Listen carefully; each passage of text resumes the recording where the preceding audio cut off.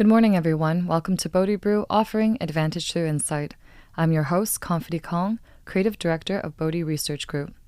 In today's episode, we cover Voice of a Giant, creative expression on and off the stage, with the lead singer of Young the Giant and host of SiriusXM's Point of Origin, Sameer Gadhia, and myself.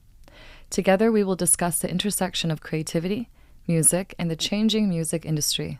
Sameer Gadhia is a songwriter, recording artist, radio personality, screenwriter, and the lead vocalist of acclaimed rock band Young the Giant. So, sit back, relax, and enjoy a cup of brew with us.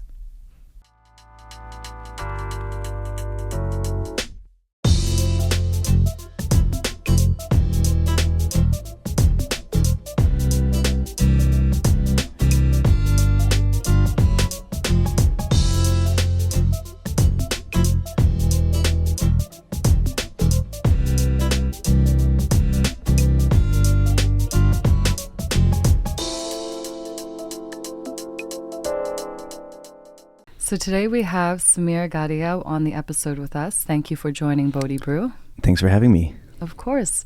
So we're going to get right into it. And so one of the main things is that for majority of us, we understand music as a art form. So it's produced, it's played on the radio, it's performed live. So I want to understand music as a growth opportunity.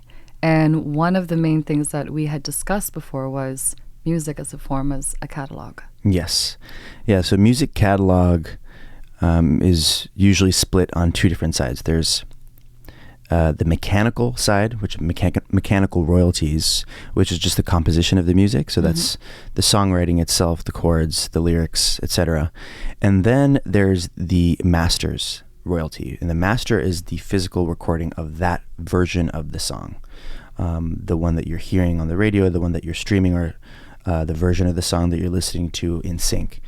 And with those two together, then you have all these different ways of garnering or monetizing income. So we were talking about sync. Yep. So that's film, TV, commercials, streaming, DSPs, meaning like Spotify, Apple Plus, Tidal, things like that. And then there is the live performance aspect as well. Yeah. So that's kind of the music catalog, and it's a really interesting time for catalog in general. Okay, so that's a great definition and understanding for us. Another area I'd like to explore are some of the concerns and issues. But before we do that, why don't we talk about the evolution of it? Because music catalogs haven't been around the entire time as long as music has. It's a concept I think would be quite recent in the past few decades. We can kind of talk a little bit about the origin of it and how that's changed, and also how that applied to your career as well too. Yeah. So yeah, I mean, music catalog, at the very, very beginning, let's say, of even just folk traditional music, you're talking about Elvis, you're talking about the Beach Boys, right, and they're playing standards and folk standards, and no one quite knew who owned that stuff. There was a lot of maybe shady things happening. And I think the concept of intellectual property in regards to art and music and original compositions has been something that's a bit newer. And so, the ones who were starting to pave the way, Paul McCartney was buying catalog to standard tunes, back in the 60s. And when LPs came out, which is, vinyl, yep, masters became very pivotal and kind of revolutionized the way that record labels can make money. Instead of just being at singles on the the smaller 12-inch vinyl, significant change. There's a huge significant change, and the albums were not cheap even back then. And if there was one song that someone liked, they had to buy the whole album. And so that kind of, instead of just being the cost of one song, it's the cost of the whole album. Into the 90s, then you have, the proliferation of CDs and cassettes, and that is still lucrative for the record labels and the industry. And then there's a unique moment, in the early 2000s where Napster came about, and you're having the peer-to-peer good old Napster sharing stuff. Yeah. You're having Kazaa, LimeWire, things like that. That happened to be the time that I signed a record contract. And so masters, in the concept of what it had been for the last few decades, essentially became worthless, and record labels were panicking. And so they would do create these deals called 360 deals, meaning that they would participate in all the revenue streams that an artist makes money off of, which is touring, merchandise, etc. And that had not really been the norm. But then that happened. We signed a 5-album deal. When we were just after releasing our first album, we were approached by Spotify, who had just started out at that point. Right. Wanted to put our album on Spotify. We were one of the first bands to be on it. And then, you fast forward, 10 years, and it's kind of just obviously the main mode of how people listen to music. It's become monetized. And once again, masters have become king. We had a 5-album contract. We were able to get out on our 4th record, and on our 5th album, which is our last album, American Bollywood, we partnered up with a distribution company and went from just having minority stake to a majority stake. And on top of that, albums 1 through 4, which are still owned in perpetuity by our old record label, and we receive royalty percentages off of the album. How did that percentage change? Fluctuation from 4th to 5th. So the royalty back for those first records after recoupment was about 16%, 14%. Right. Whereas American Bollywood, we're making close to 80%. Oh, that's like a drastic jump. It's a drastic jump. And on top of that, it's a licensing deal. So after 7 years' time, then the masters revert, and then you can cut a new deal, either with a new distributor or the same one, right, for better deal points. So that was a game changer for us. Oh, that's amazing. And thank you for telling us about that part of your journey, especially through all the discography. It's interesting to see that the contract, or at least the royalty percentage, doesn't have to hold true to all the albums. That at one point, perhaps this is based on different performance metrics, that you can in fact renegotiate your terms and be in favor of being the majority controller, the stakeholder for that. Yes, yeah, absolutely. And I think that's really important, right? To be able to empower artists, to be able to give them the grand control, like the majority control. I think that's the biggest value there. Absolutely. It's huge value. And it tends to also actually be beneficial for the investors, for the labels as well, because, data shows obviously that people are listening to music now more than they ever have. They consume it. They have the access to it.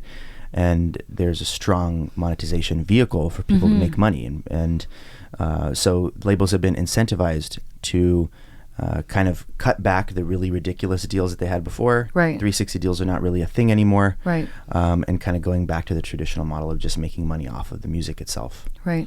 And even this new vehicle has really regained power for a lot of artists and musicians. So be able to create financial sustainability. And so this actually reminds me a lot of, the origin of music catalogs in a way. So a lot of people may be familiar with the term Bowie bonds.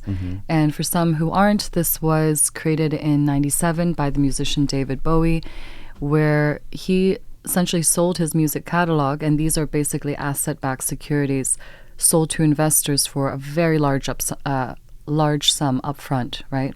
And I think this provided creative control, artistic control. It gave financial security and also created a new asset class. Absolutely. And I think that's where people are kind of curious about, like, music viewed as a new asset class. Yeah. Yeah. It's interesting. Bowie's always been at the forefront of so many things regarding the internet in general. Yeah, for him to have that foresight too, before internet really impacted us in the early 2000s, right? Like he just kind of did this as like a preemptive? He did it as a preemptive thing, and it paved the way for tons of musicians. And now, not even knowing that the streaming thing was going to be a thing back in 1997, he created a way for artists to be able to have equity in their catalog, be able to sell it to other interested parties, and to be able to make lump sum money, and it's security backed. And the interesting thing about it is that, it doesn't follow just the normal market trends of everything else, right? Like, people are going to continue to listen to music. If anything, if times are tough, people turn to their favorite songs. They listen to it more. Oh, they lean into art more than ever during that time. Exactly. Yeah. And so it's really unique and interesting, and it's allowed artists essentially to use that as, kind of an idea like, hey, I could build my catalog for the next couple of decades and then sell my catalog if I have the ability to. And that's essentially my retirement, because in the music world, we do not have unions per se. They're smaller ones, but it's not really widely accepted. We don't have the checks and balances in place that allow us to defend ourselves. And so this is like at least creating an asset class for artists.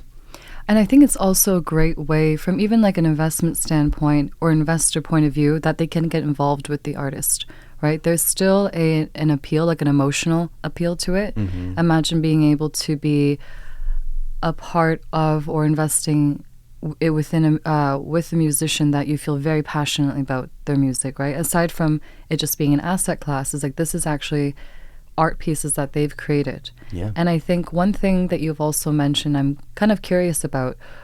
I assume a lot of this music within the catalog, the ones that perform the best are ones that are often evergreen, right? And I want to explore a little bit about some of the impacts on a music catalog. So for example, you'd mention, okay, it doesn't usually follow certain market trends, but I would imagine there are still certain factors such as cultural aspects to or social impacts. I think that's the interesting thing. And when you start to own catalog and you want to get really dirty with the stuff and try and affect change and build value, there are ways that you can put your money into marketing or try and see where trends are happening. Oftentimes they happen on TikTok, or let's say there's a big TV sync, like with that Running Up the Hill Kate Bush song. That was a song that was, a big song in the 80s, but has now become bigger than ever because of the Stranger Things sync. And so when you have something like that, it's kind of like affects all the other verticals.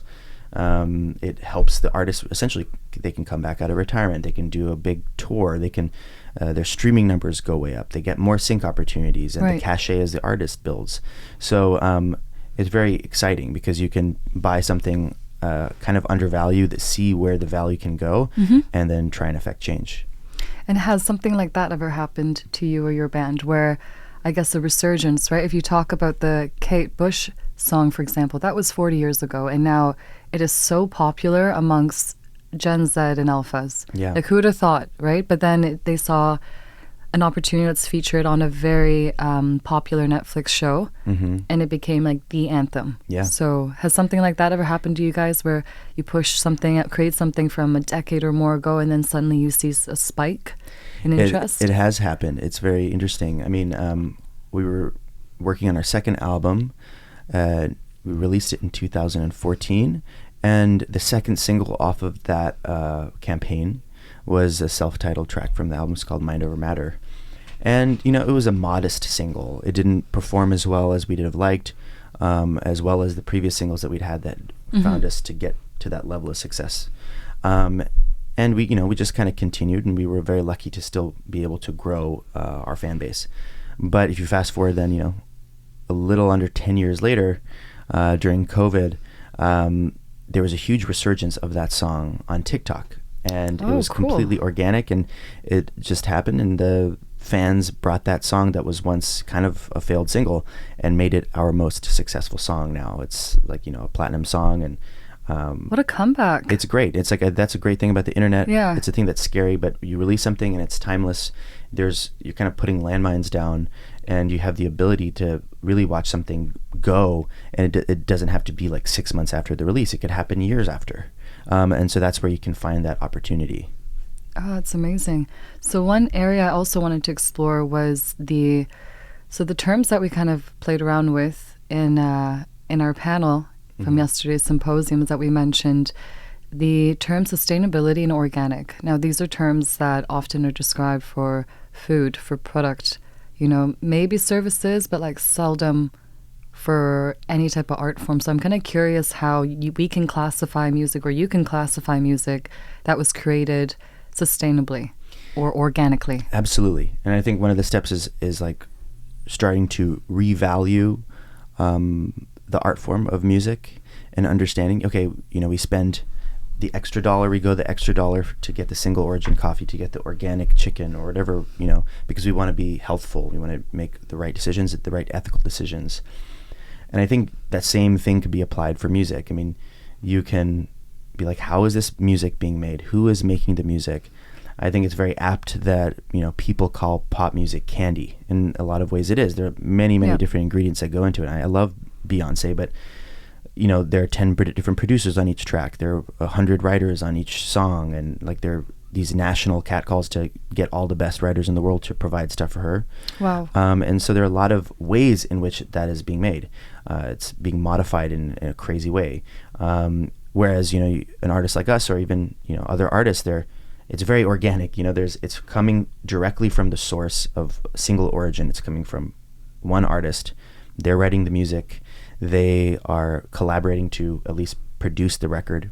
And I think while having pop candy is great, and everything should be in moderation to a certain degree, and we can kind of recenter things on like what is good for our soul, what is important for us, that is healthful for us. And I think that also is a great segue into what is then fully genetically modified, which is AI now, and how AI has now started to affect the music industry. And I bet it has impacted quite greatly. I mean, the evolution of AI and the integration of it has definitely touched every single sector, definitely into arts as well. And that is a huge place of debate, I guess you could say, because some folks that are more purist would argue that was a taint opposed to accompaniment. I think we could look at it from both sides, but it would be interesting to come from your perspective, because Young the Giant and your band is all live music, right? You guys are trained musicians, trained vocalists. All of these are real instruments being played. And so how does that integrate into your genre of music? How does that impacted your creativity or your approach to music? And can it be used in an ethical way? In an ethical way that's more of an accompaniment opposed to something that is a substitution? Yeah, I believe it can. I think many artists are very wary of AI, as are people all across different industries. At the end of the day, a lot of what we do is organic, it's human, and I do believe that even though maybe the audience doesn't consciously know, they know something's off when they listen to something that's too perfect, that's too sleek, that's built or created by AI. Kind of uncanny. It's kind of uncanny. And there's a separation between, I think, our mistakes and our flaws as humans is kind of what makes our art interesting to other humans. And I don't think that's going to change anytime soon. I think what gets a little scary, and you have like kind of two anecdotes, is, the way that AI can be rampant and like unregulated and create havoc, which is, with the Drake deepfakes that happened a few years ago. There was just an anonymous user. I heard that. That was insane. I know. It fooled so many people. I know. It fooled a lot of people, and it fooled even me. And obviously, it was just an anonymous user on TikTok or something. Right. Created a model that sounded like Drake. Drake was not monetizing that, nor was Universal Music Group, which is a label. And there was a huge dust up, and I was going to say that would probably cause a huge uproar. A lot of lawsuits, and it's kind of like this interesting place where there's not too many legal precedents. It creates kind of like this wild, wild west, which is also a place of opportunity. And another example is, Grimes, the artist Grimes, former partner of Elon Musk, amazing indie artist, musician, and she created an AI model called elf.ai that is essentially a version of her. She has the vocals, and fans and users can upload their songs and use the AI to have Grimes's vocals on those tracks. And she gets ahead of it by creating a deal structure that she monetizes. So she's able to make money off of the songs that other people write for her AI. And that's where things get really exciting and could really create a brand new asset class if a lot of people start to embrace that. So that's an awesome opportunity and a very innovative way of thinking, where they took, how do I get ahead of this, like you stated, and make it work for me, opposed to against me, right? So let's talk about one other project that you've been working on. And I'd like to know more about your show called Point of Origin. So let's talk about the origin of Point of Origin. Yeah, so I am a radio DJ on SiriusXM, Alt Nation. And essentially create a monthly spotlight of an artist of color in the space of alternative music. And each artist gets guaranteed spins on the radio, and then they have like an honest chance to actually chart on the national charts. And if they do, which has happened a few times for some of my features, it affects real change in their career. They have the ability to maybe tour in America. If they're from India, if they're from Korea, they have the ability to come here because they now have data to show that it supports that they have fans. And it's been something that's a huge passion project of mine. I've really enjoyed it. There's a podcast segment as well that exists everywhere. And it's really great to just build a community, because when I started out in this industry, I didn't really see too many examples of success, people who look like me. And I didn't really have a room and a space to like kind of just talk about that and, just have conversations. And so I figured I would try and create that community for the artists. And it's been something that's been very inspiring for me, like just being able to talk to young artists, right, and get out of my ways of just like listening to music that I always listen to and listening to new stuff. It's just been very inspiring.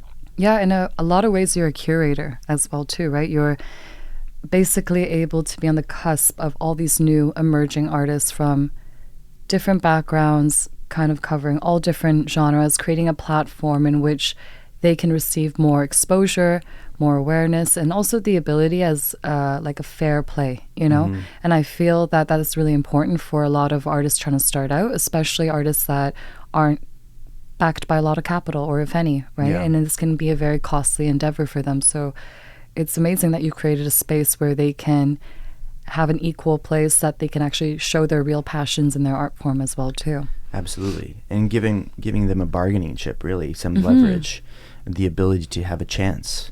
And you're right. The spotlights that, historically we've chosen to highlight in the space of alternative music tend to be, homogeneously white. And I firmly believe that alternative music at its core is very diverse. It comes from calls from influences all over the world.